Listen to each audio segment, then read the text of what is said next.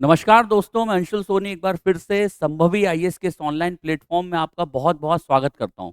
दोस्तों, जैसा हम सभी जानते हैं कि हम अपने इस ऑनलाइन प्लेटफ़ॉर्म पर अलग-अलग प्रतियोगी परीक्षाओं के लिए जैसे एमपीपीएससी की परीक्षा, एमपीएसआई, एमपी कांस्टेबल, आरआरबी की परीक्षा को ध्यान में रखते हुए साइंस के तहत एक सीरीज़ को हम चला रहे हैं जिसमें बायो के जितने भी इम्पोर्टेंट टॉपिक हैं, उनके ऑब्जेक्टिव क्वेश्चंस को हम हल कर रहे हैं। पिछले क्लासेस में हमने बहुत सारे इम्पोर्टेंट टॉपिक्स को हल कर लिया है। ये सभी जितने भी टॉपिक्स हैं, ये आपको इसी चैनल की जो प्लेलिस्ट बनी है, वहाँ पर अंशुल सर बायोलॉजी क्लासेस के नाम से आपको वो मिल जाएगा। आप वहाँ पर जाकर के इनको देख सकते हैं। इन्हीं टॉपिक्स में आगे बढ़ते हुए आज हम असंक्रामक व अन्य रोगों के बारे में चर्चा करने वाले हैं। इनका हम पार्ट ए भी ला चुके हैं, वो भी आप उसी प्लेलिस्ट में देख सकते हैं। पार्ट ए में भी बहुत सारे अच्छे इंपॉर्टेंट क्वेश्चंस के बारे में चर्चा की गई थी। और इसी में आज हम क्वेश्चंस को और आगे बढ़ाते हुए पार्ट बी के तहत इसको बहुत सारे जो ऑब्जेक्टिव क्वेश्चंस हैं उनको सॉल्व करने वाले हैं। इनसे संबंधित जो भी पीडीएफ भी यदि आप चाहते हैं तो वो भी टेलीग्राम के चैनल में आपको मिल सकता है। टेलीग्राम में यदि आप सर्च करेंगे संभवी आईएएस एकेडमी, तो वहाँ पर आप जो है इनसे संबंधित जो भी महत्वपूर्ण पीडीएफ है उन्हें आप उन्हें पा सकते हैं वहाँ से। आज हम इसी इसी सीरीज़ को आगे बढ़ा रहे हैं, तो चलिए शुरू करते हैं अपनी इस सीरीज़ को और बढ़ते हैं हमारे पहले प्रश्न की तरफ। पहला प्रश्न है हमारा आज की सीरीज़ का, मैट हेडर रोग। पहला प्रश्न है हमारा कि जो मैट हेडर रोग होता है, वो किससे संबंधित है? मैट हेडर डिसीज़ नामक बीमारियों के लिए निम्नलिखित में से कौन-सा कारक ज़िम्मेदार है? इसके बारे में चर्चा करनी है कि आखिरकार यदि ये मैट हेडर डिसीज़, सबसे पहले हमें ये समझना होगा कि ये मैट हेडर डिसीज़ है क्या? मैट हेडर डिसीज़ देखिए, ये लगभग यदि देखा जाए तो 18वीं-19वीं शताब्दी में ऐसे लोग जो कि मरकरी के यौगिक, मरकरी का यौगिक होता था जिसे कहते थे मरकरी नाइट्रेट, ये याद रखिएगा। मरकरी का यौगिक जिसे कहा जाता था मरकरी नाइट्रेट का उपयोग करके टोपी बनाने का काम करते थे। टोपी मतलब हैट बनाने का काम करते थे। उन लोगों में इस तरह की समस्याएँ पाई जाती थी, या फिर जो भी कोई दूसरे उत्पाद भी बनाए जाते होंगे तो उनमें भी ये समस्याएँ हो सकती थी। तो ये जो है उस तरह की टोपियाँ बनाने वाले लोगों में यह रोग पाया जाता था। अब ये होता कैसे था? तो मरकरी के लगातार संपर्क में रहने पर उसकी जो वाष्प होती है, उसका जो कहना चाहिए कि जो आप उसको अपनी साँसों के ज़रिए अंदर ले रहे हो। मरकरी से निकलने वाली जो ज़हरीली वाष्प होती है, जब उसे अपने साँसों के ज़रिए शरीर के अंदर लिया जाता था, तब इस तरह का रोग होता था। एक तरीके से देखा जाए तो हमारे न्यूरो सिस्टम को काफ़ी ज़्यादा प्रभावित करने वाला यह रोग है। इसे उन्मादी टोपी बनाने वालों की बीमारी भी कहा जाता था। ये भी याद रखिए, इसे उन्मादी टोपी बनाने वालों की बीमारी, उन्मादी टोपी बनाने वालों की बीमारी भी कहा जाता था, और इसीलिए इसको हम कहते हैं मैड हैटर डिसीज़, मतलब उन्मादी टोपी बनाने वालों की डिसीज़। जब भी कोई व्यक्ति इस तरह की टोपियाँ बनाते थे मरकरी नाइट्रेट का उपयोग करके, तो उससे निकलने वाली वाष्प उनके शरीर के अंदर भी चली जाती थी साँस लेने की वजह से, और उनको बहुत सारा जो न्यूरोलॉजिकल डिसऑर्डर वगैरह होते हैं, उनसे उनका सामना करना पड़ता था। तो मेनली किसकी वजह से हो रहा है? मरकरी की वजह से। और मरकरी को कहा जाता है पारा, ये ऑप्शन सी में लिखा हुआ है, इसलिए ऑप्शन सी जो है वो इसका बिल्कुल सही आंसर है। ये इसका बिल्कुल सही आंसर है। और मरकरी से ही संबंधित हमने एक और बीमारी के बारे में भी देखा था। एक बीमारी जो कि जापान में पाई गई थी। कब पाई गई थी? तो जापान में हमने ये देखा था कि जापान में एक बीमारी पाई गई थी, लगभग यदि देखा जाए तो 1950 के दशक में।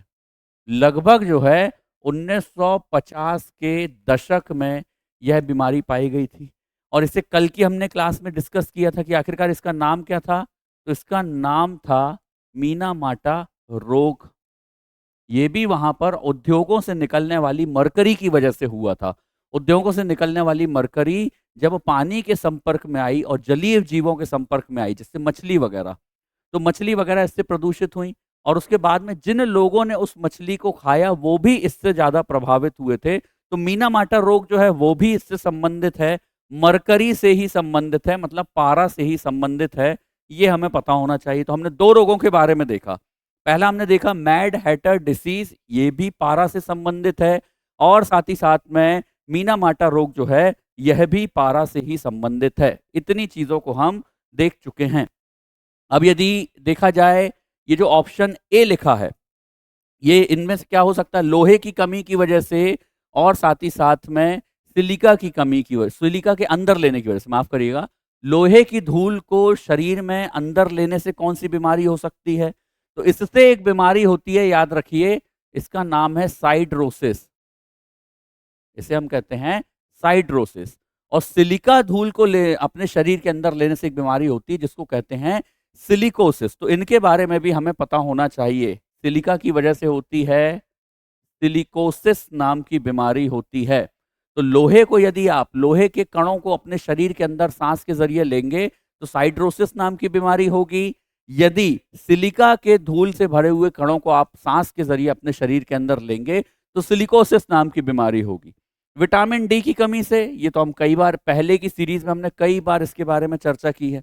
विटामिन डी की कमी से रिकेट्स नाम का एक रोग होता है, ऑस्टियोमलेशिया, ऑस्टियोपोरोसिस नाम के रोग होते हैं। तो इसमें बहुत ज़्यादा चर्चा करने की ज़रूरत नहीं है। क्वेश्चन के जितने महत्वपूर्ण तथ्य थे हम उसके बारे में चर्चा कर चुके हैं। आगे बढ़ रहे हैं अगले प्रश्न की तरफ। ऑप्शन सी इसका बिल्कुल सही आंसर है। आगे बढ़ रहे हैं अगले प्रश्न की तरफ, और अगला प्रश्न है हमारा, एनोस्मिया कहते हैं। अब ये एनोस्मिया क्या होता है, इसके बारे में हमने अपनी सीरीज में पहले भी एक बार चर्चा की थी, लेकिन क्योंकि आज हम डिसीज नाम के इस टॉपिक को कर रहे हैं, असंक्रामक रोगों के नाम के इस टॉपिक को कर रहे हैं, तो इस पर हमने फिर से इसको ऐड किया है कि आखिरकार एनोस्मिया क्या कहलाता है। ये कोविड-19 के समय में बहुत ज़्यादा फेमस हुआ था। ये फेमस हुआ था कोविड-19 के समय में।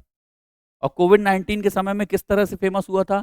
जब किसी भी व्यक्ति को कोविड-19 की बीमारी होती थी, तो बहुत सारे लोगों में ऐसे सिम्पटम भी देखे गए थे कि उनको बहुत लंबे समय तक, हफ्ते भर, 15 दिन, महीने, 2 महीने तक किसी भी चीज़ की स्मेल नहीं आती थी। स्मेल उनकी जा चुकी थी।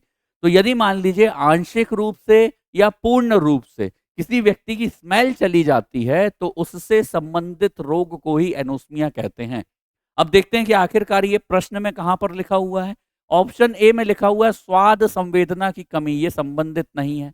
ये लिखा हुआ है घ्राण संवेदना की कमी, मतलब ये देखिए स्मेल से संबंधित, ये यहाँ पर लिखा हुआ है। ये बिल्कुल सही आंसर है ऑप्शन बी। ऑप्शन सी स्पर्श संवेदना भी संबंधित नहीं है, और ऊष्मा संवेदना भी इससे संबंधित नहीं है। ऑप्शन बी जो है वो इसका बिल्कुल सही आंसर है। पहले भी हम इसके बारे में बहुत ज़्यादा डिस्कस कर चुके हैं। कोविड-19 का एग्जाम्पल देकर के मैंने पहले भी आपको इसके बारे में बताया था।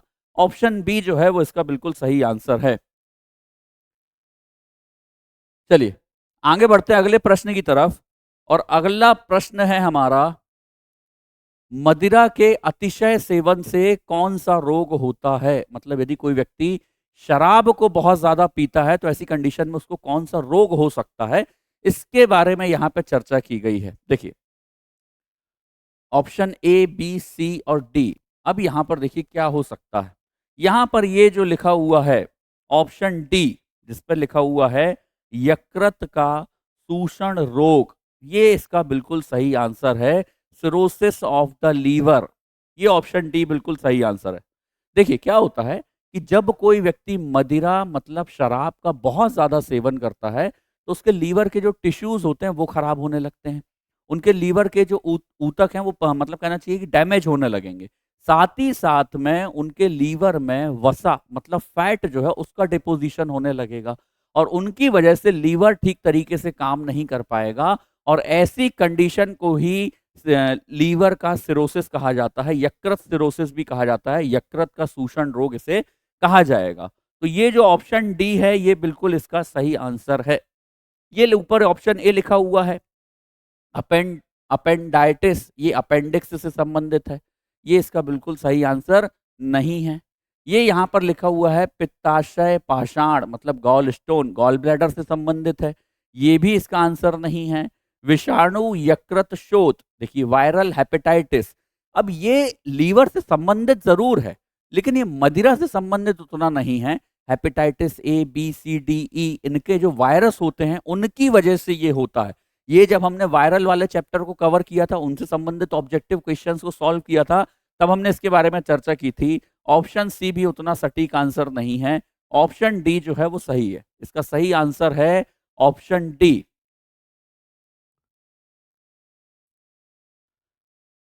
आगे बढ़ रहे हैं अगले प्रश्न की तरफ। और अगला प्रश्न है हमारा, जब डॉक्टर किसी को कहता है कि उसे टेट्राप्लेजिया हो गया है तो उसका आशय होता है कि उसे पक्षाघात हो गया है। देखिए, टेट्राप्लेजिया क्या होता है, पहले हमको यह समझना पड़ेगा कि आखिरकार टेट्राप्लेजिया का मतलब क्या है। इसे एक और नाम से जाना जाता है जिसको कहते हैं क्वाड्रीप्लेजिया, ये भी याद रखिए।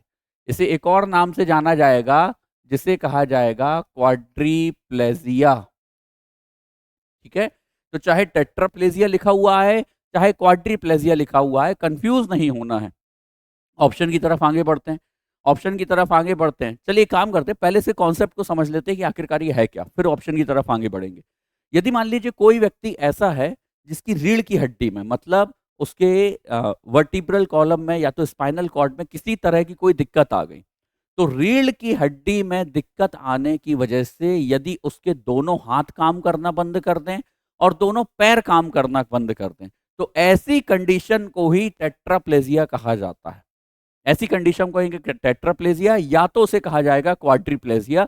इतना पता होना चाहिए। और ये ऐसा क्यों होता है, यदि मान देखिए, हमने जब कंकाल तंत्र के क्वेश्चंस को किया था तो हमने देखा था कि रीढ़ की हड्डी जो होती है उसमें बहुत सारे सेक्शंस होते हैं। सर्वाइकल का सेक्शन होता है, थोरेसिक का सेक्शन होता है, लंबर का सेक्शन होता है, सेक्रल का सेक्शन होता है। इनमें यदि किसी तरह की कोई खराबी आए तो उससे यह सारी चीजें निश्चित होती हैं, उनसे इन सारी चीजों के बारे में पता चलता है।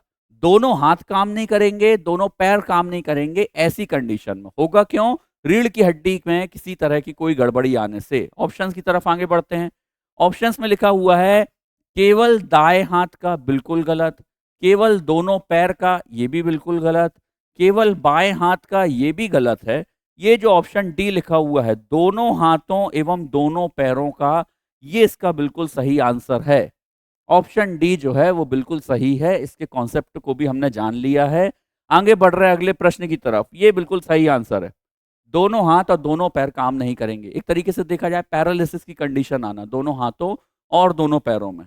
आगे बढ़ रहे हैं अगले प्रश्न की तरफ। अगला प्रश्न है हमारा, स्लीप एप्निया एक गंभीर निद्रा दोष है जिसमें, अब हमें ये बताना है कि स्लीप एप्निया क्या होता है। देखिए, ये कई बार इस तरह के प्रश्न पूछे गए हैं परीक्षाओं में। अच्छा प्रश्न है, ये रिपीट होने वाले प्रश्न है इस तरह के कि आखिरकार ये स्लीप एप्निया क्या होता है। स्लीप एप्निया में क्या होता है कि कोई व्यक्ति जो कि जैसे मान लीजिए उसे इस तरह का कोई डिसऑर्डर है, तो रात को सोते समय अपने आप ही उसे सांस लेने में दिक्कत होगी, मतलब सांस बार बार बंद होगी चालू होगी, तो उसे ब्रीदिंग में बहुत ज़्यादा दिक्कत होगी, रेस्पिरेशन में दिक्कत होगी। इस तरह की प्रॉब्लम्स आती हैं स्लीप एप्निया में। अब देखते हैं ऑप्शन में कहाँ पर लिखा हुआ है। लोग निद्रा में चलते हैं बिना इस ज्ञान के कि वे क्या कर रहे हैं, बिल्कुल नहीं, ऐसा नहीं है। निद्रा में आंखें खुली होती हैं, बिल्कुल नहीं। यहां पर लिखा हुआ है निद्रा में बार बार थोड़ी देर के लिए श्वास बाधित होती रहती है, ये इसका बिल्कुल सही आंसर है। ये बिल्कुल इसका सही आंसर है कि नींद के समय में श्वास जो है वो बाधित होती रहेगी, बार बार नींद खुलती, बड़ी परेशानी होती है ऐसे लोगों को। फिर ऐसे लोगों को रात के समय में तो नींद पूरी नहीं हो पाती है, अगले दिन इनको पूरा ऐसा लगता रहेगा जैसे बार बार नींद आ रही है। किसी भी चीज के कंसंट्रेशन करने में इनको दिक्कत होगी, एकाग्रता में दिक्कत आएगी। और अगला ऑप्शन लिखा हुआ है निद्रा में तीव्र गति से खर्राटे लेते, ये इसका सिम्टम हो सकता है लेकिन ये एग्जैक्ट ये नहीं है। और इसका कारण क्या हो सकता है, तो सामान्य तौर पर ये ज्यादातर ऐसे लोगों में देखा जाता है जिनमें मोटापा ज्यादा है, ब्लड प्रेशर वगैरह की दिक्कत भी हो सकती है। तो मोटापा ज्यादा होने की वजह से, ओबेसिटी की वजह से ये देखा जाता है। निद्रा में बार बार थोड़ी देर के लिए श्वास बाधित होना, सांस ना ले पाना और उसकी वजह से बार बार नींद खुल जाना, इसे कहते हैं स्लीप एप्निया। ऑप्शन सी बिल्कुल सही है। और आगे बढ़ रहे हैं हम अगले प्रश्न की तरफ। अगला प्रश्न है, चिकित्सकीय भाषा में गोल्डन आवर का संबंध क्या है। बहुत अच्छा प्रश्न है कि आखिरकार गोल्डन आवर जो है वो ये क्या कहलाता। देखिए, गोल्डन आवर का मतलब ये है कि जैसे मान लीजिए कोई इमरजेंसी आ गई, कोई मेडिकल कंडीशन आ गई, तो उसके बाद का जो पहला घंटा होता है उसमें उस व्यक्ति को कौन सा ट्रीटमेंट मिला है, कितना बेस्ट ट्रीटमेंट मिला है ताकि उसे कोई परमानेंट डिसेबिलिटी से रोका जा सके या तो परमानेंट डैमेज से रोका जा सके, उसे कहते हैं गोल्डन आवर। कि 1 घंटे में कितना बेस्ट ट्रीटमेंट उसको मिल गया कि उस वह व्यक्ति को बचाया जा सके, बीमारी को आगे बढ़ने से रोका जा सके। अब हम यहाँ पर देखते हैं कि गोल्डन आवर का रिलेशन यहाँ पर किससे है? एक-एक ऑप्शन की तरफ हम आगे बढ़ रहे हैं। कैंसर के अंतिम चरण से, नहीं। लास्ट स्टेज कैंसर से इसका संबंध नहीं है। अगला लिखा हुआ है गर्भ में शिशु की जानकारी से, बिल्कुल नहीं, ये भी इससे संबंधित नहीं है। ऑप्शन सी लिखा हुआ है, देखिए ऑप्शन सी के पहले डी के बारे में देख लेते हैं। वास्तव में बच्चे के जन्म लेने से, बिल्कुल नहीं। ये है ऑप्शन सी जिसे हम कहते हैं हृदयघात से। जब किसी व्यक्ति को हार्ट अटैक आए तो ऐसी कंडीशन में उसके बाद का जो पहला घंटा होता है वो बहुत ज्यादा महत्वपूर्ण होता है। यदि उसे उस समय पर सही ट्रीटमेंट दे दिया जाए, जल्दी से जल्दी उसको अस्पताल पहुंचा दिया जाए, डॉक्टर उसे सही ट्रीटमेंट दे दें, तो ऐसी कंडीशन में उसे बचाया जा सकता है। और साथ ही साथ में हार्ट अटैक से जो परमानेंट डैमेज होने वाले थे और भी ज़्यादा बुरी कंडीशन होने वाली थी, उसे भी रोकने में काफ़ी मदद मिल सकती है। तो गोल्डन आवर का ये शब्द का संबंध किससे है? ये हार्ट अटैक से है। अब एक बार बिल्कुल शॉर्ट में देख लेते हैं कि आखिरकार हार्ट अटैक किसको कहते हैं। जब हृदय की मांसपेशियों में, जैसे हृदय की मांसपेशियों में, हृदय के हिस्से में ठीक तरीके से ब्लड ना पहुंचे, ब्लड की सप्लाई ठीक तरीके से ना हो, तो ऐसी कंडीशन में हार्ट अटैक के चांसेस जो हैं वो बन सकते हैं। बहुत ही सिंपल क्वेश्चन है ये, बहुत ही सामान्य तौर पर सभी लोग इसको जानते हैं। आगे बढ़ रहे हैं अगले प्रश्न की तरफ, और अगला प्रश्न है निम्नलिखित में से कौन सा लक्षण हृदयघात से संबंधित नहीं है? देखिए हार्ट अटैक से रिलेटेड एक और प्रश्न यहाँ पर दिया गया है कि आखिरकार इनमें से कौन सा, अब यहाँ पे सिम्टम दिए गए कि कौन सा सिम्टम जो है वो हार्ट अटैक से संबंधित नहीं है। चलिए पहले एक बार एक सिम्टम के बारे में बात कर लेते हैं कि कैसे सिम्टम होते हैं हार्ट अटैक में। सीने में दर्द होने की समस्या होगी, पसीना आने की समस्या होगी, हाथों में दर्द होने की समस्या होगी, और हाथों में भी अक्सर ऐसा देखा जाता है कि जो लेफ्ट हाथ होता है उसमें दर्द की समस्या होती है। हार्ट भी लेफ्ट तरफ होता है और लेफ्ट हाथ में दर्द की समस्या होती है। जी मचलाने की समस्या होती है, सीने में बहुत ज़्यादा भारीपन लगता है। इस तरह के लक्षण जो है वो हार्ट अटैक में दिखाई देते हैं सामान्य तौर पर। अब यहाँ पर देखते हैं कहाँ पर इस तरह के लक्षण जो है वो दिए गए हैं। ऑप्शन ए दिया हुआ है सीने में दर्द, ये इसका बिल्कुल सही आंसर है। ऑप्शन ए तो होगा ही होगा। अगला लिखा हुआ है पसीना एवं जी मचलाना, ये भी बिल्कुल सही आंसर है, ये भी होगा। फिर लिखा हुआ है बाह में दर्द एवं झंझनाहट, ये भी इसका सही आंसर है। बाह में दर्द भी होता है और झंझनाहट भी होता है, और सामान्य तौर पर देखा जाए तो लेफ्ट साइड के जो हाथ होते हैं उसमें दर्द की समस्या जो है देखी जाती है। ऐसा नहीं कि राइट में नहीं हो सकता है, यदि कुछ रेयर केस हो तो उनमें भी हो सकता है, लेकिन सामान्य लक्षणों की यहाँ पे बात की गई है, मुख्य लक्षणों की बात की गई है। टांगों में दर्द, ये सामान्य तौर पर इसका कोई प्राथमिक लक्षण नहीं है, ये इसका बिल्कुल सही आंसर है। हमसे प्रश्न में पूछा गया था कि कौन सा हार्ट अटैक का लक्षण नहीं है, तो टांगों में दर्द होना हार्ट अटैक का प्राथमिक लक्षण नहीं है। ये बहुत ही अच्छा प्रश्न है, सरल प्रश्न, देखिए सिम्टम पर बेसिस था, कॉमन सेंस से सॉल्व किया जा सकता था, सामान्य जानकारी के आधार पर इसे सॉल्व किया जा सकता था। बिल्कुल सही ऑप्शन है ऑप्शन डी। आगे बढ़ रहे हैं अगले प्रश्न में, और अगला प्रश्न लिखा हुआ है, ये है बीटा ब्लॉकर, कि आखिरकार ये बीटा ब्लॉकर क्या होते हैं। देखिए ये मैं आपको बताऊं, ये भी हार्ट अटैक से रिलेटेड ही एक दवा का नाम है। बीटा ब्लॉकर जो है वो हार्ट अटैक में यूज की जाती है। यदि मान लीजिए ऐसी कंडीशन हो कि एंजाइना की कंडीशन आ जाए, या तो हार्ट अटैक के बाद में हार्ट को रिकवरी कराने की कोई कंडीशन हो, या फिर बहुत ज़्यादा ब्लड प्रेशर बढ़ा हुआ हो, तो ऐसी कंडीशन में बीटा ब्लॉकर नाम की दवाइयाँ दी जाती है, हार्ट पेशेंट्स को दी जाती है। तो बीटा ब्लॉकर यदि कहीं पर भी लिखा हुआ आए तो स्पष्ट तौर पर हमें याद आ जाना चाहिए कि हार्ट से संबंधित है, हार्ट अटैक से संबंधित है, हृदयघात इसका बिल्कुल सही आंसर है। यहाँ पर लिखा हुआ है प्रोस्टेट ग्रंथि के बढ़ने से नहीं, चिरकालिक मधुमेह से नहीं, और इनमें से कोई नहीं। चिरकालिक मधुमेह से भी नहीं है और इनमें से कोई नहीं, तो हो ही नहीं सकता क्योंकि ऑप्शन ए बिल्कुल सही है। तो एक बार फिर से मैं एक बार रिवाइज कर रहा हूँ, बीटा ब्लॉकर औषधि के बारे में, बीटा ब्लॉकर दवा के बारे में जब भी प्रश्न आता है तो आप तुरंत समझ जाइए कि हार्ट अटैक से संबंधित दवा है ये। जब कभी भी किसी व्यक्ति को एंजाइना की समस्या होगी, हाई ब्लड प्रेशर की समस्या होगी, और साथ ही साथ में हार्ट अटैक के बाद में रिकवरी करने के लिए कोई समय होगा, तो डॉक्टर इस तरह की दवाइयाँ लिखते हैं। डॉक्टर की सलाह से ही इस तरह की दवाइयों को खाना चाहिए। चलिए अगला प्रश्न है, नीली सूजन युक्त नली शिराएं जो ठीक से बंद ना होने वाले वॉल्व से उत्पन्न होती हैं, उन्हें क्या कहा जाता है? अच्छा प्रश्न है ये थोड़ा सा स्तरीय प्रश्न है। देखिए, नीली सूजन युक्त शिराएं मतलब शिराओं का मतलब होता है वेन। ये शिराएं शब्द यूज किया गया है। शिराओं का शब्द का मतलब होता है वेन। और नीली सूजन युक्त शिराएं मतलब ऐसी शिराएं, ऐसी वेन जो नीले रंग की दिखाई दे रही हैं और उनमें स्वेलिंग है। प्रश्न को समझिए, नीले रंग की वेन्स जिनमें स्वेलिंग पाया जा रहा है, वो ठीक से बंद होने वाले वॉल्व से उत्पन्न होती है, उन्हें क्या कहा जाता है? देखिए आखिरकार ये है क्या? ऑप्शन है इसका ऑप्शन बी, जिसे कहा गया है अपस्फीत शिराएं या तो वेरिकोस वेन। ये इसका बिल्कुल सही आंसर है। ठीक है, बाकी के जो ऑप्शन हैं वो इसके सही आंसर नहीं है। अब इसके कॉन्सेप्ट के बारे में समझते हैं कि आखिरकार ये क्या है। देखिए, बहुत सा हमें इतना पता है कि हमारी शिराओं में कुछ वॉल्व पाए जाते हैं। और ये वॉल्व किस लिए पाए जाते हैं? देखिए, ये यहाँ पर लिखा हुआ है वॉल्व। हमारी शिराओं में कुछ वॉल्व पाए जाते हैं और ये वॉल्व इसलिए पाए जाते हैं ताकि रक्त का जो फ्लो है वो उल्टा ना होने पाए। मतलब रक्त आगे की तरफ ही बढ़े, रक्त पीछे की तरफ ना आए, इसके लिए कुछ वॉल्व पाए जाते हैं, रक्त पीछे की तरफ ना आए। तो शिराओं में यदि ये वॉल्व में किसी भी तरह की कोई भी खराबी आ जाए, यदि मान लीजिए इन वॉल्व में किसी तरह की कोई खराबी आ जाए, तो ऐसी कंडीशन में ब्लड पीछे की तरफ जा सकता है। और ऐसी कंडीशन में ही ऐसी नसें, ऐसी वेन टेढ़ी मेढ़ी दिखाई देती हैं, सूजन वाली दिखाई देती हैं, नीले रंग की दिखाई देती हैं। और सामान्य तौर पर ऐसा कहाँ पर दिखाई देता है? तो ऐसा पैरों के हिस्से में दिखाई देता है, पाँव के हिस्से में ये दिखाई देता है। ये पता होना चाहिए कहाँ पर दिखाई देगा। जो पैर का, पाँव का हिस्सा होता है, वहां पर इस तरह की नसें दिखाई देती हैं।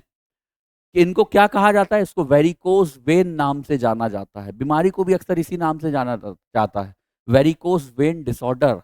बिल्कुल पैर के जो कहना चाहिए कि पाँव का हिस्सा, पैर का हिस्सा है, वहां पर क्या होगा कि नीली नीली रेखाएं दिखाई देती हैं, नीली नीली नसें दिखाई देंगी। ऑप्शन बी बिल्कुल सही है। आगे बढ़ रहे हैं अगले प्रश्न की तरफ। अगला प्रश्न है कि निम्नलिखित में से कौन से जोड़े सही सुमेलित हैं?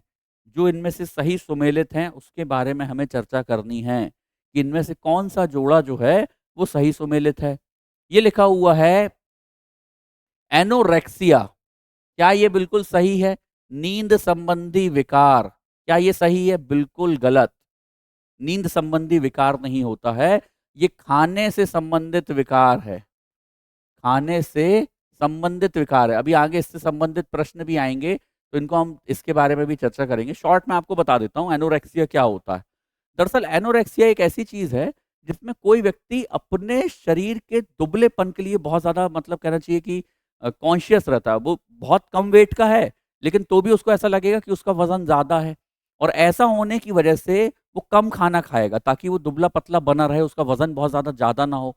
तो वो इस तरीके के वहम में रहता है। वो व्यक्ति कम खाना खाएगा, बहुत कम खाना खाएगा, कम खाना खाने की वजह से उसका शरीर दुबला पतला होगा, कमजोरी आएगी। तो ये ईटिंग डिसऑर्डर है। ऐसे व्यक्ति को क्या होता है?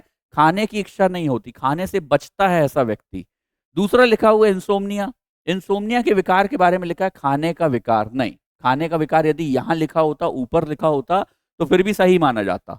इंसोम्निया किससे संबंधित होता है? नींद से संबंधित होता है। मतलब रात के समय नींद ना आना, उसे हम क्या कहते हैं? इंसोम्निया कहते हैं। अगला लिखा हुआ है जिसको कहा गया है डिस्पनिया, मतलब सांस की तकलीफ। ये बिल्कुल सही है। यदि सांस लेने में तकलीफ होती है तो ऐसी कंडीशन को डिस्पनिया कहा जाता है। ये बिल्कुल सही लिखा हुआ है। और लिखा हुआ है एनोस्मिया। एनोस्मिया के बारे में अभी हमने चर्चा की थी।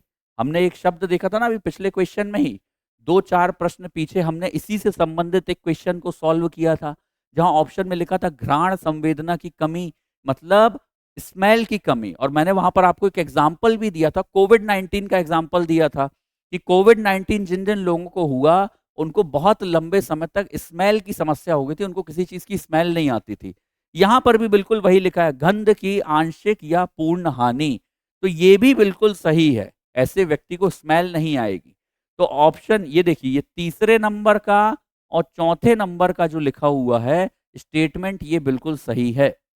प्रश्न लंबा है और प्रश्न लंबा होने की वजह से शायद जो टाइपिंग टीम है उन्होंने इस प्रश्न के ऑप्शंस को अगली स्लाइड में रख दिया है। और अगली स्लाइड में देखिए हम इसे सॉल्व करते हैं। हमने यहाँ पर देखा था कि तीसरे और चौथे नंबर का स्टेटमेंट जो है वो बिल्कुल सही है। अगली स्लाइड में देखिए कहाँ पर लिखा हुआ है तीसरे और चौथे नंबर का, तो हम ये देख रहे हैं कि सी ऑप्शन जो लिखा हुआ है, यहाँ पर स्पष्ट तौर पर लिखा हुआ है 3 और 4, ये बिल्कुल इसका सही आंसर है। ये एक ही प्रश्न है, ये अलग-अलग स्लाइड में चले गए हैं। प्रश्न क्योंकि लंबा है इसलिए इसके ऑप्शंस को अगली जगह पर रखा गया होगा। ये एक ही प्रश्न है, ये भी और ये भी एक ही प्रश्न है। आंसर क्या है? इसका आंसर है सी, बिल्कुल सही आंसर है। आगे बढ़ रहे हैं अगले प्रश्न की तरफ और अगला प्रश्न है कि जो मनुष्य यह नहीं समझ पाता कि उसे कब भोजन करना रोक देना चाहिए, वह किस रोग से पीड़ित है? कि मतलब उसे पता ही नहीं चलेगा कि अब उसका पेट भर गया है, अब उसे खाना नहीं खाना है। ऐसा कौन-सा रोग होता है? मतलब व्यक्ति खाना खाते जाएगा, उसे सेंस ही नहीं आ रहा है कि भाई पेट भर गया है। तो ये किसकी वजह से होगा? ऐसे रोगों को क्या कहा जाता है? तो ऐसे रोगों को कहा जाता है, देखिए, ऐसे रोगों को कहा जाता है ऑप्शन ए जिसे हम कहते हैं बुलीमिया। ये बिल्कुल इसका सही आंसर है। बुलीमिया जो है वो इसका सही आंसर है।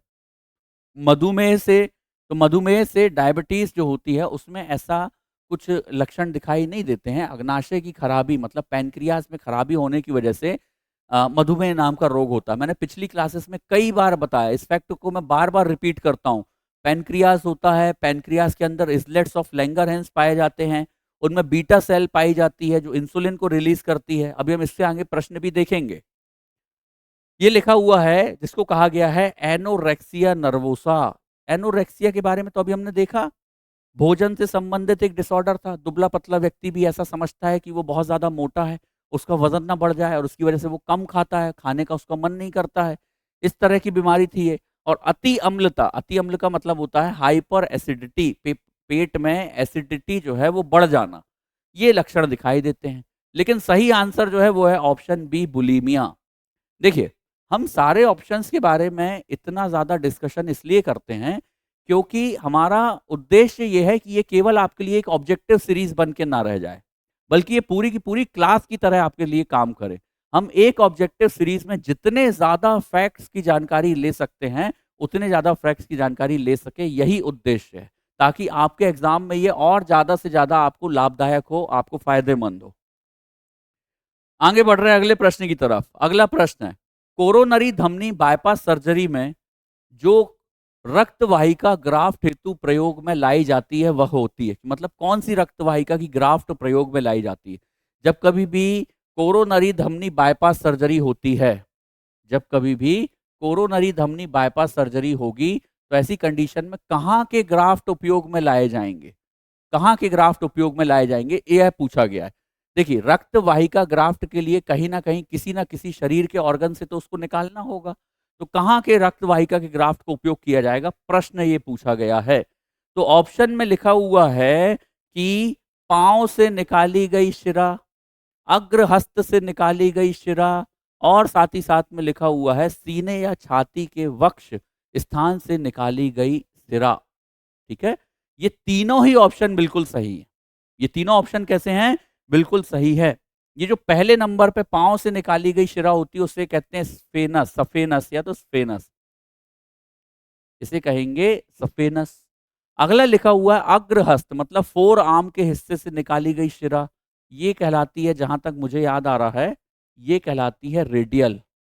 फिर यहाँ पे लिखा हुआ है सीने या छाती के वक्ष स्थान से निकाली गई धमनी, ये थोरेसिक करके शब्द होता है उससे संबंधित है। मतलब अ, जो कहना चाहिए कि हमारा छाती का हिस्सा है वहां से संबंधित है, थोरेक्स के एरिया से संबंधित, सामने की छाती के हिस्से से संबंधित है, वक्ष के हिस्से से संबंधित है। ये तीनों बिल्कुल सही हैं, तीनों जगहों से वो ग्राफ्ट निकाले जाते हैं, इसलिए ऑप्शन डी बिल्कुल सही है। ये ऑप्शन डी जो है ये बिल्कुल इसका बिल्कुल सही आंसर है। तीनों ही हिस्से जो होंगे वहां से इसके ग्राफ्ट निकाले जाएंगे।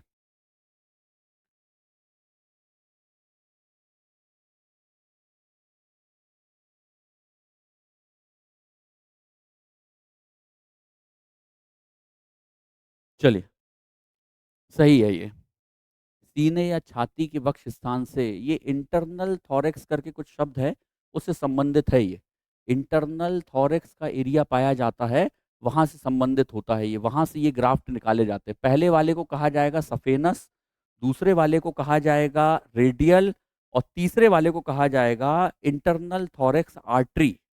दूसरी वाली रेडियल आर्टरी, पहले वाली सफेनस और ये होगा इंटरनल थोरैक्स आर्टरी। आगे बढ़ रहे हैं अगले प्रश्न की तरफ। अगला प्रश्न है हमारा कि हीमोफोबिया का डर क्या है। अब हमें ये समझना होगा कि हीमो शब्द का मतलब क्या है।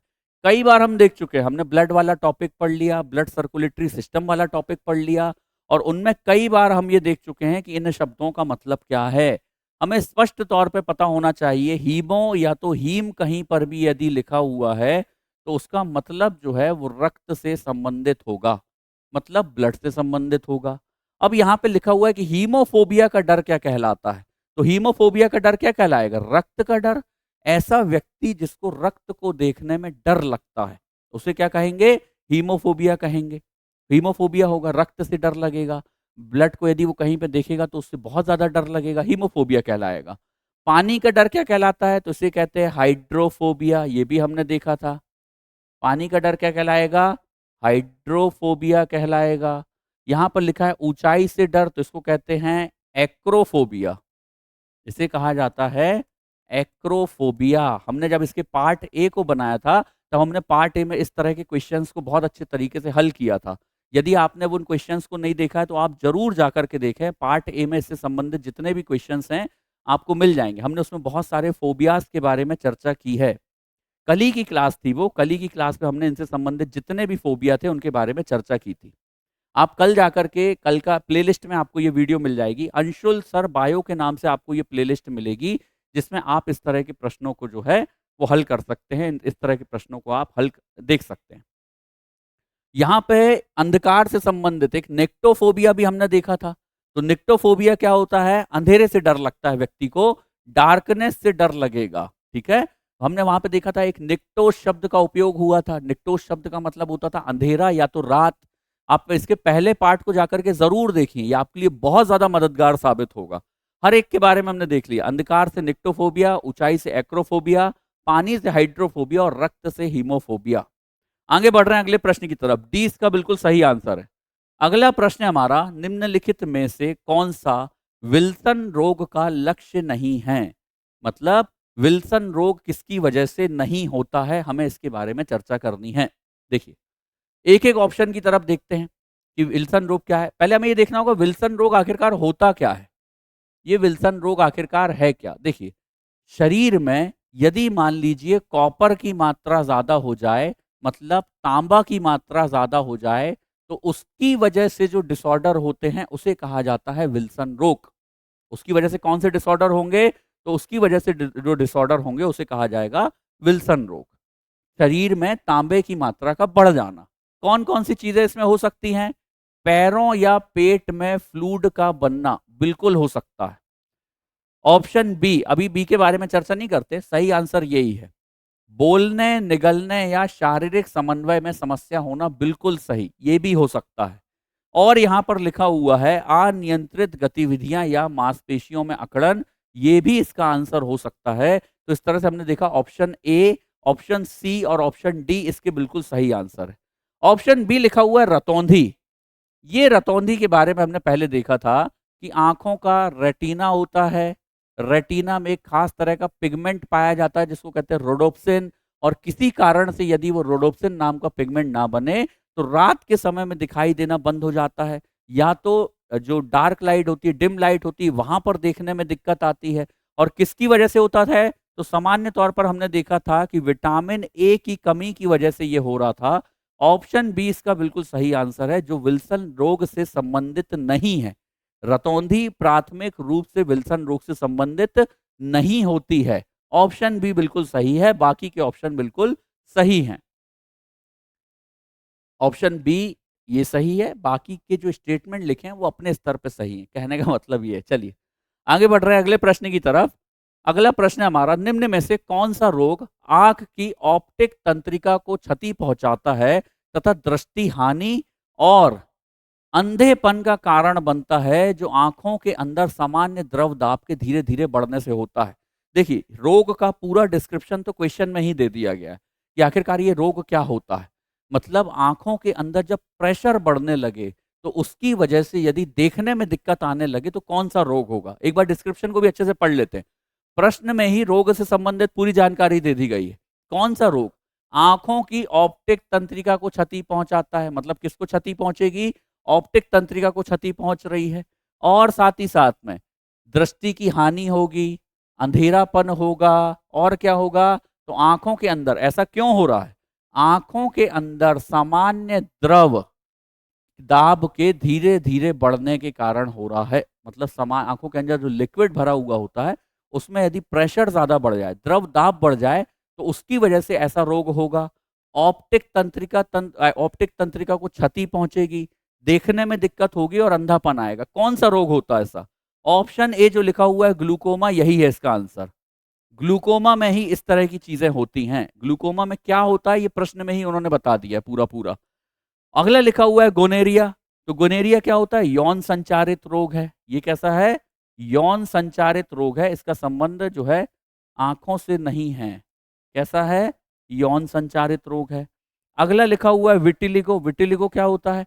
तो हमारे शरीर में एक पिगमेंट पाया जाता है जिसको हम कहते हैं मेलानिन। यदि ये मेलानिन ठीक तरीके से ना बने तो ऐसी कंडीशन में त्वचा में चकत्ते बनने लगते हैं, सफ़ेद दाग जैसे दिखाई देते हैं, जिसको हम कहते हैं विटिलिगो। क्या कहलाएगा ये?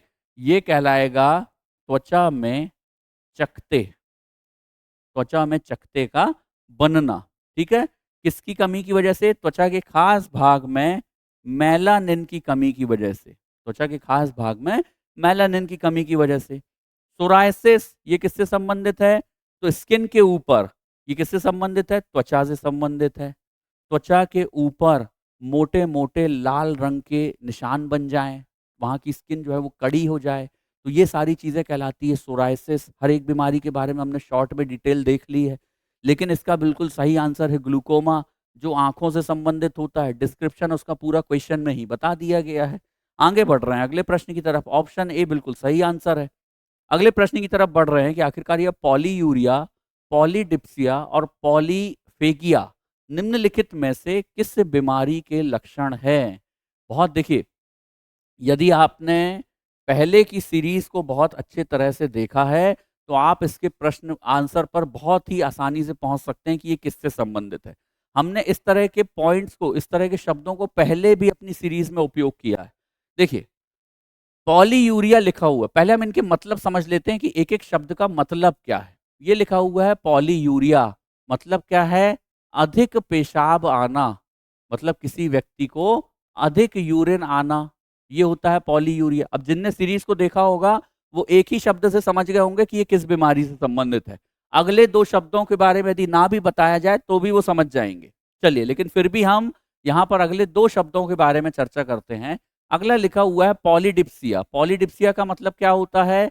पॉलीडिप्सिया का मतलब होता है अधिक प्यास लगना और साथ ही साथ में यहाँ पर लिखा हुआ है पॉलीफेगिया। अब ये पॉलीफेगिया का मतलब क्या होता है? पॉलीफेगिया का मतलब होता है अधिक भूख लगना। क्या होता है इसका मतलब? अधिक भूख लगना। तो अब हमने एक-एक शब्द के मतलब को समझ लिया है। ऐसा कौन-सा रोग है जिसमें ज़्यादा पेशाब लगती है, ज़्यादा प्यास लगती है, ज़्यादा भूख लगती है? सिंपल सा इसका आंसर है कि डायबिटिक लोगों में ऐसी समस्या पाई जाती है। ऑप्शन डी लिखा हुआ है यहाँ पर। ऐसे लोग जो कि डायबिटीज़ से ग्रसित हैं, उनकी डायबिटीज़ बढ़ चुकी है, उनमें ज़्यादा पेशाब लगेगी, ज़्यादा मात्रा में उनको प्यास लगेगी और साथ ही साथ में ज़्यादा मात्रा में भूख लगेगी। ये बिल्कुल इसका सही आंसर है। ठीक है? ये इसका बिल्कुल सही आंसर है। आगे बढ़ रहे हैं अगले प्रश्न की तरफ और अगला प्रश्न है हमारा, रजत को दीर्घ दृष्टि है, तो उसकी दृष्टि को सही करने के लिए नेत्र विशेषज्ञ उसे किस प्रकार की लेंस की सलाह देगा? मतलब उसके लेंस के बारे में पूछा गया है कि किस तरह के लेंस उपयोग करने के लिए उसे कहा जाएगा, ये कहा गया है। देखिए, ये मैं आपको एक चीज़ बताऊँ कि रजत नाम का कोई व्यक्ति है जिसको दीर्घ दृष्टि है। मतलब दीर्घ दृष्टि का मतलब क्या हुआ? दूरदृष्टि दोष है। तो उसे कौन-सा नेत्र लेंस जो है लगाने के लिए विशेषज्ञ कहेगा, नेत्र चिकित्सक कहेगा? प्रश्न में केवल इतना पूछा गया है। अब प्रश्न के आंसर की तरफ आगे बढ़ने से पहले हम इसके कॉन्सेप्ट के बारे में देख लेते हैं कि क्या है। देखिए, यदि मान लीजिए किसी व्यक्ति को दूरदृष्टि दोष है, इसे क्या है? दूरदृष्टि दोष है। तो ऐसी कंडीशन में क्या होगा? ऐसी कंडीशन में देखिए हमें ऐसा लगता है ये नाम उल्टे होते हैं। हमें ऐसा लगता है कि दूरदृष्टि दोष में दूर का दिखाई नहीं देता होगा, ऐसा नहीं होता। दूरदृष्टि दोष में दूर का दिखाई देता है, निकट का दिखाई नहीं देता, उल्टा होता है। और ऐसी कंडीशन में उसे कौन-सा लेंस लगाने के लिए कहा जाता है? तो ऐसी कंडीशन में उसे कहा जाता है कि वह उत्तल लेंस का प्रयोग करे। कौन से लेंस का प्रयोग करे? वह उत्तल लेंस का प्रयोग करे। ये यहाँ पर लिखा हुआ उत्तल लेंस, मतलब कि कौन-सा लेंस? Convex lens. वो कॉन्वेक्स लेंस का प्रयोग करे।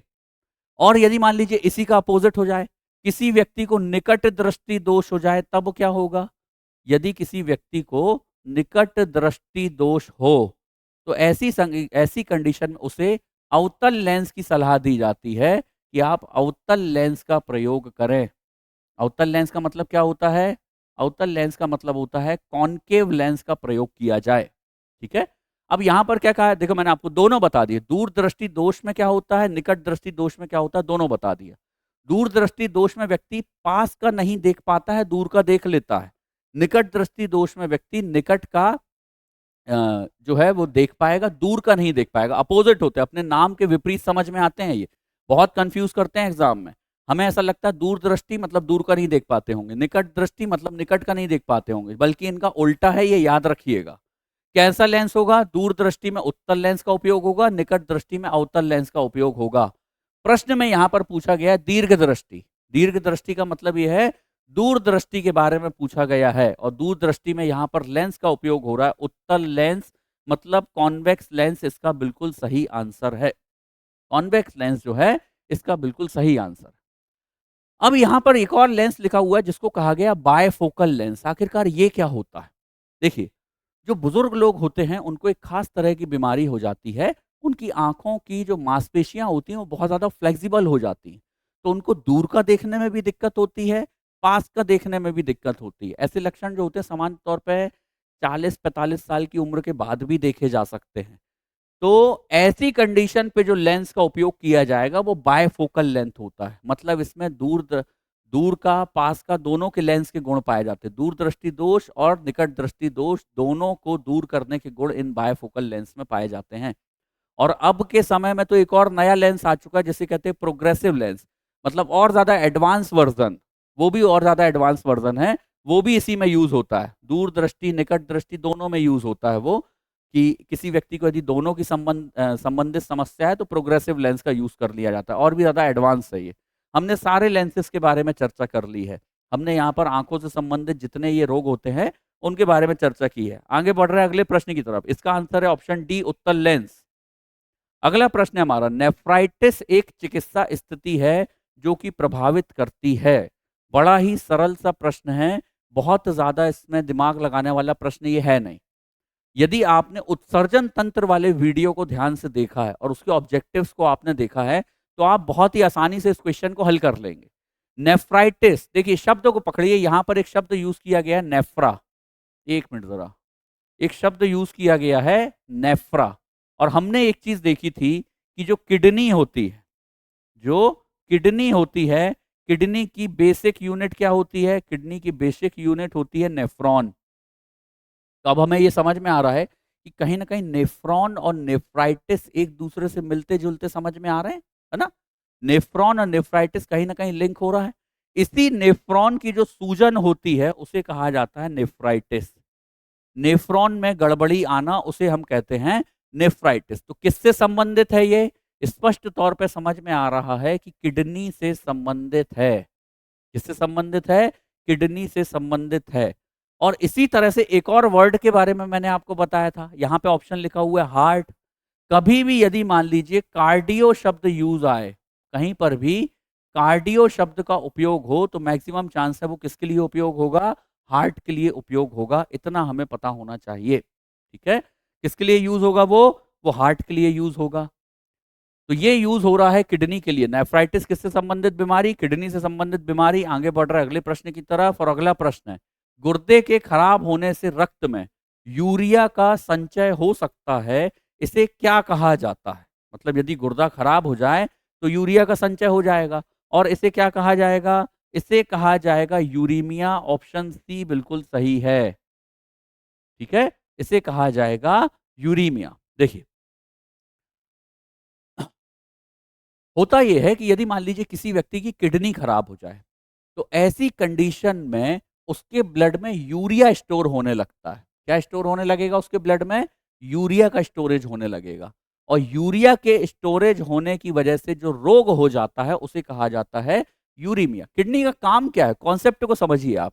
किडनी का काम क्या होता है? किडनी का काम होता है कि यूरिन के रास्ते, मतलब मूत्र के रास्ते, हमारे शरीर से यूरिया को बाहर निकालना, ये इसका काम है। अब यदि मान लीजिए इसमें कोई खराबी आ जाए, तो ये अपने ये वाले काम को ठीक तरीके से नहीं कर पाएगी। वो यूरिन के रास्ते यूरिया को बाहर नहीं निकाल पाएगी, और जब यूरिया बाहर नहीं निकलेगा तो कहाँ रहेगा? ब्लड में रह जाएगा वो। और ब्लड में यूरिया यदि बढ़ रहा है तो उसे ही हम क्या कहेंगे? उसे ही यूरीमिया कहा जाएगा। ये बिल्कुल इसका सही आंसर है। ऑप्शन सी सही है। और अगला प्रश्न है हमारा, वे ट्यूमर जो सामान्यतः अपने मूल स्थान पर सीमित रहते हैं और शरीर के अन्य भागों तक नहीं फैलते हैं और थोड़ा नुकसान पहुंचाते हैं, उन्हें ट्यूमर कहा जाता है। मतलब उसे किस नाम से कहा जाएगा? कैसा ट्यूमर उनको कहा जाएगा? इसके बारे में यहां पर प्रश्न में पूछा गया है। देखिए, यहां पर पिछली क्लास में हमने एक शब्द के बारे में चर्चा की थी और उस शब्द का नाम था मेटास्टेसाइस। एक शब्द हमने देखा था, मेटा एक शब्द देखा था, मेटास्टेसाइस। मेटास्टेसाइस, इसका मतलब क्या था?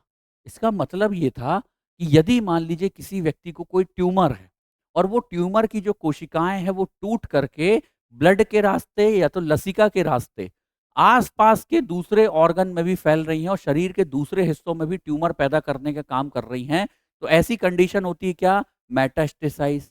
यदि ये कंडीशन किसी में है तो ऐसी कंडीशन में क्या होगा? वो ट्यूमर बहुत ज्यादा घातक होगा। लेकिन यदि ये कंडीशन नहीं है तो कैसा होगा? कंपैरेटिवली कम घातक होगा, उतना ज्यादा नुकसानदायक नहीं होगा। प्रश्न में यही पूछा गया है कि ऐसा कौन सा है। ये देखिए यहाँ पर लिखा हुआ है, अपने मूल स्थान पर सीमित रहते हैं और शरीर के अन्य भागों तक नहीं फैलते हैं। अब यहाँ पे मेटास्टेसाइज में क्या हो रहा था? वो अपने मूल स्थान में सीमित नहीं रह रहा था और शरीर के बाकी भागों में फैल रहा था। यहाँ पे उसका उल्टा हो रहा है, वो नॉर्मल है, दूसरे भागों में नहीं फैल रहा है। तो ऐसा कौन सा कहलाएगा? ऐसा जो होता है ट्यूमर, उसे कहा जाता है सौम्य। उसे कहा जाता है सौम्य ट्यूमर, जो कंपैरेटिवली थोड़ा सा कम घातक है, कम हानिकारक है।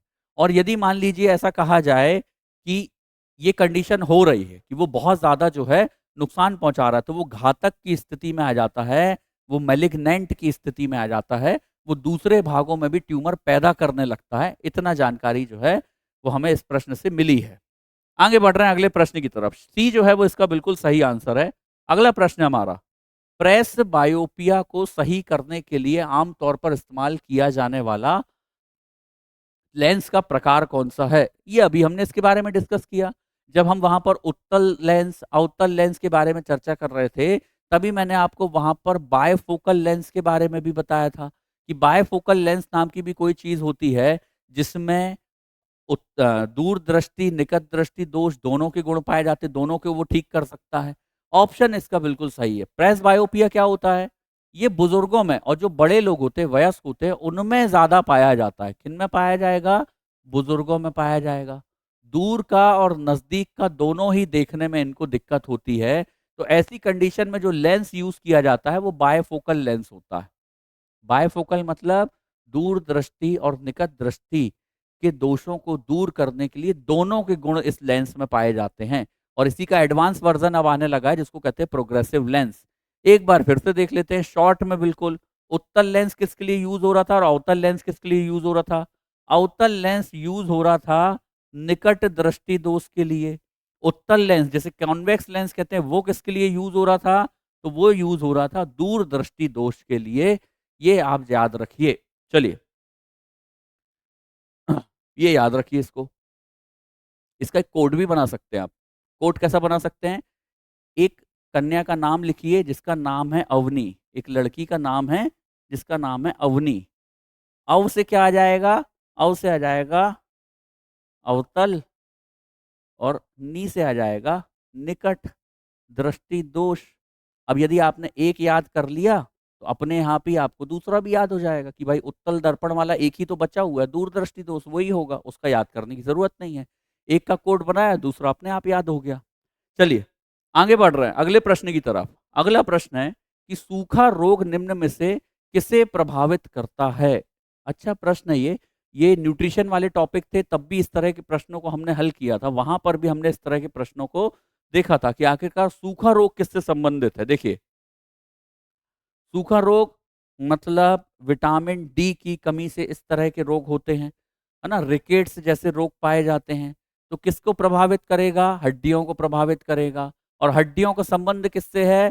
कंकाल तंत्र से संबंधित है, स्केलेटन सिस्टम से संबंधित है। इसके बारे में बहुत ज्यादा चर्चा नहीं करेंगे, इस तरह के प्रश्नों को हम पहले कई बार सॉल्व कर चुके हैं। हड्डियों से संबंधित, कंकाल तंत्र से संबंधित सूखा रोग या फिर जिसे हम कहते हैं रिकेट्स, किसकी वजह से होता है? तो विटामिन डी की कमी की वजह से होता है। क्या कहते हैं इसको? सनशाइन विटामिन बी कहते हैं। विटामिन डी का दूसरा नाम क्या होता है? तो विटामिन डी का दूसरा नाम होता है जिसे हम कहते हैं कैल्सीफेरॉल। चलिए आगे बढ़ रहे हैं अगले प्रश्न की तरफ। अगला प्रश्न है किस अंग की कुसंक्रिया के कारण मधुमेह रोग होता है? बड़ा सरल प्रश्न। इस प्रश्न के बारे में अपनी सीरीज में मैंने इतनी बार बताया है कि ये तो याद हो जाना चाहिए कि आखिरकार ये क्या है। सिंपल सा एक बार में बिल्कुल शॉर्ट में हम स्पीड से आगे बढ़ेंगे। अग्नाशय या पैनक्रियास इसका बिल्कुल सही आंसर है। पैनक्रियास में कुछ कोशिकाएं पाई जाती हैं जिनको हम कहते हैं लैंगरहैंस की द्वीपिका, इसलेट्स ऑफ लैंगरहैंस। और इस लैंगरहैंस की द्वीपिका के बीटा सेल से क्या रिलीज होता है? इंसुलिन रिलीज होता है। और इंसुलिन जब ठीक तरीके से रिलीज ना हो या बॉडी इस इंसुलिन का ठीक तरीके से उपयोग ना कर पाए, तब जो रोग होता है उसे हम कहते हैं मधुमेह। इतना ज्यादा मैंने आपको बता दिया, पूरा कॉन्सेप्ट बता दिया है। लीवर, गुर्दा और पित्ताशय इसका आंसर नहीं है। आगे बढ़ रहे हैं अगले प्रश्न की तरफ। बहुत बार चर्चा हो चुकी है इस क्वेश्चन के बारे में। निम्नलिखित में से किसके बीज, देखिए ये बड़ा अच्छा क्वेश्चन आया, ये जो है ये कॉमन सेंस से सॉल्व किया जा सकता है।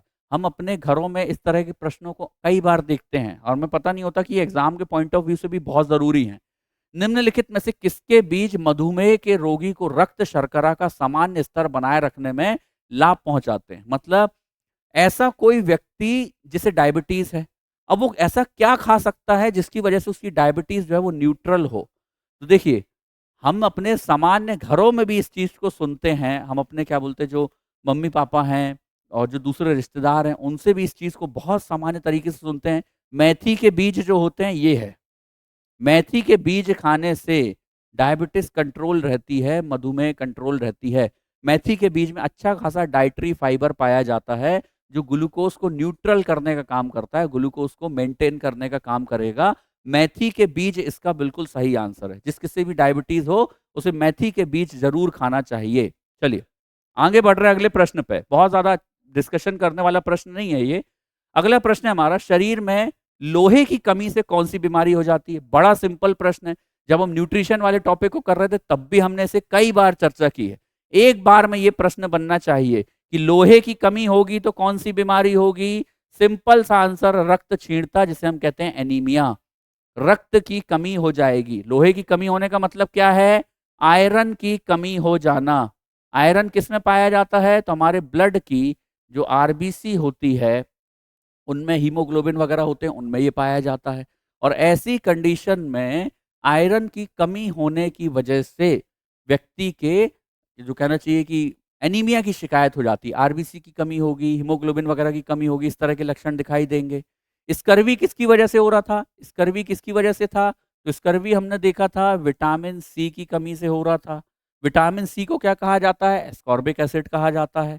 यहाँ पर ये लिखा हुआ है रिकेट्स, इसके बारे में पहले हम चर्चा कर चुके हैं। किसकी कमी से हो रहा था?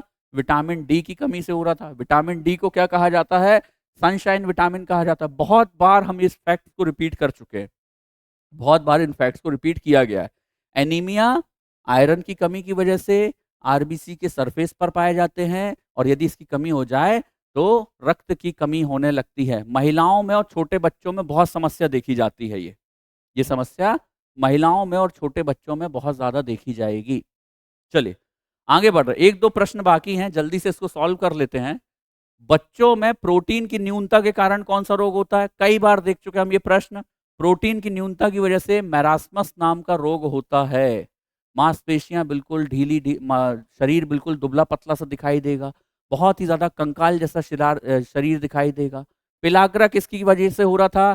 तो B3 की वजह से। B3 की वजह मतलब नियासिन इसको कहा जाता है, नियासिन की कमी की वजह से पिलाग्रा। विटामिन B1 जिसे हम कहते हैं थायमिन, थायमिन की कमी की वजह से क्या होता था? बेरी बेरी होती थी। विटामिन डी की वजह से क्या हो रहा था? तो रिकेट्स नाम का रोग हो रहा था। इतना हम, ये मैं बहुत स्पीड से इसलिए कर रहा हूँ, इन प्रश्नों को हम कई बार हल कर चुके हैं न्यूट्रिशन वाले टॉपिक पे। आगे के जो महत्वपूर्ण प्रश्न है उनको ज्यादा डिस्कस करना। अगला प्रश्न, ये इसका बिल्कुल सही आंसर जो है वो ऑप्शन ए है। अगला प्रश्न यहां पर दिया हुआ है, सेरेब्रल पॉलिसी एक मस्तिष्क संबंधी विकार है जो सामान्यतः पाया जाता है। ये अच्छा प्रश्न है, इस पर डिस्कशन होना चाहिए कि आखिरकार ये क्या है। सेरेब्रल पॉलिसी क्या होती है, इसके बारे में पता होना चाहिए।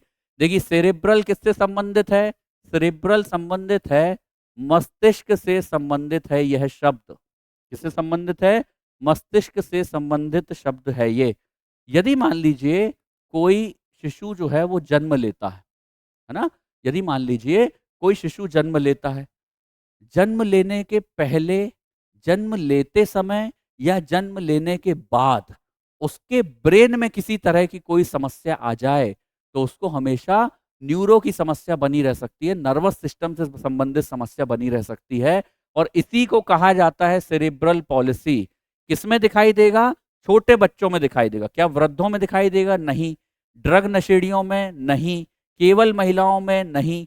छोटे बच्चों में, या तो जन्म के पहले, या तो जन्म के बाद, या तो जन्म के समय उनके ब्रेन में किसी तरह की कोई दिक्कत आ जाए तब दिखाई देता है ये। और उनमें नर्वस सिस्टम को प्रभावित करेगा। ब्रेन लिखा हुआ है शब्द, और ब्रेन और स्पाइनल कॉर्ड किससे संबंधित थे?